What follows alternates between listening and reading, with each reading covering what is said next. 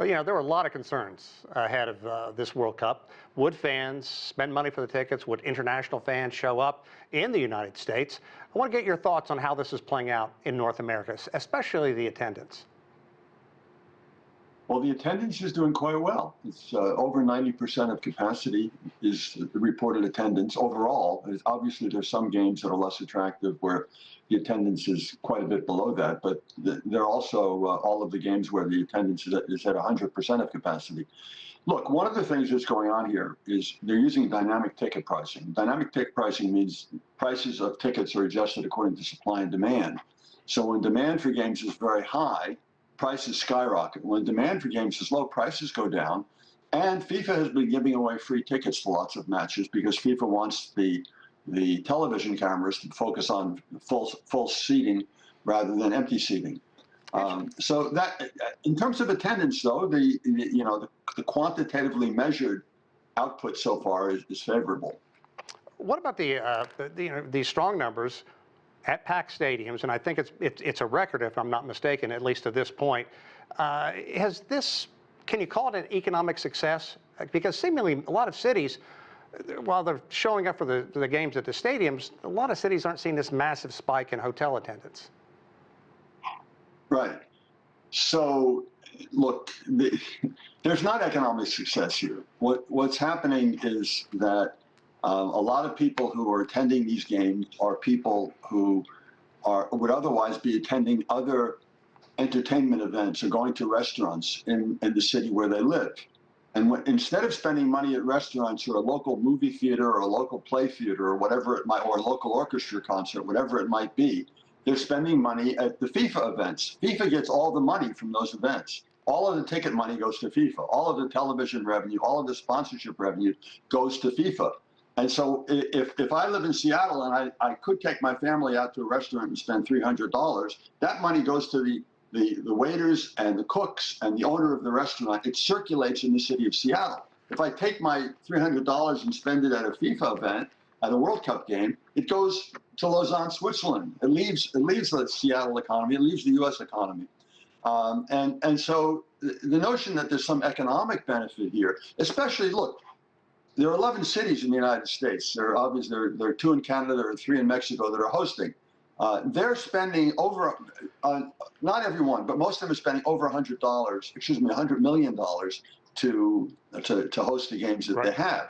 So it's very expensive to do that. And how much money do they get from doing it? FIFA gets all the money. They might raise a little bit of money from donations, a little bit of money from local sponsorships. That's small potatoes. There's a major fiscal loss from the cities that are hosting. So you have the fiscal loss together with the crowding out effect, together with the substitution effect. At the end of the day, this is not an economically positive thing, either for the cities or for the 3 countries that are hosting.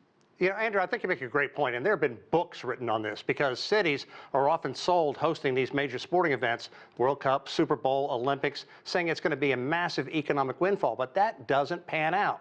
Why don't cities learn this? Why does this keep replaying itself over and over and over?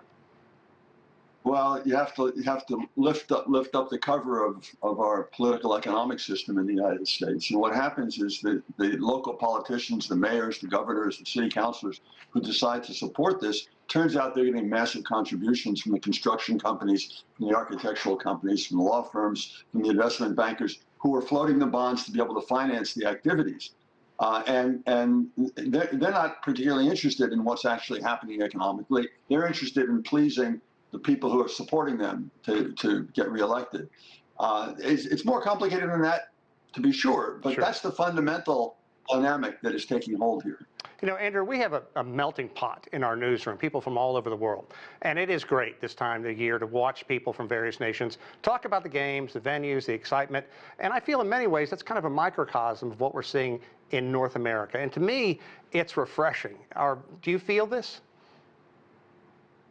Well, I think that sports in most countries, certainly in the United States, is a vehicle for bringing community together. It creates community. If you're rooting for a local sports team, you go to your work the next day and you talk about a touchdown pass or a goal that was scored or an error that was made. You talk about that with your fellow citizens, your fellow workers, and it gives you something to communicate with each other about. It forms a bond. It forms a community. And I think that sports does play that role. Now, when you're talking about mega events, that's less so the case. Because what happens with the mega events is they show up for 5 weeks and then they disappear. It's not like the New York Yankees come and they stay for two centuries and form a community. So, but yes, look, there's obviously a lot of excitement. That's great. So far, we've had World Cup games that have not brought terrorism. So far, we haven't had any untoward incidents. Maybe they'll happen. Who knows? If they don't happen, then at the end of the day, we can look back at this and say, yeah, look, this was a lot of fun. It generated a lot of spirit. And in terms of, people's psyche, it was a positive event. That's fine. I don't want to contest that. But people should also understand that there's a price for that benefit. And that price could be, per city, hundreds of millions of dollars. For the United States, it could be even more than that. Indeed. Andrew, we certainly appreciate your insight. Let's hope that things continue peaceful and enjoyable as well. Andrew Zimbalist, thank you so much.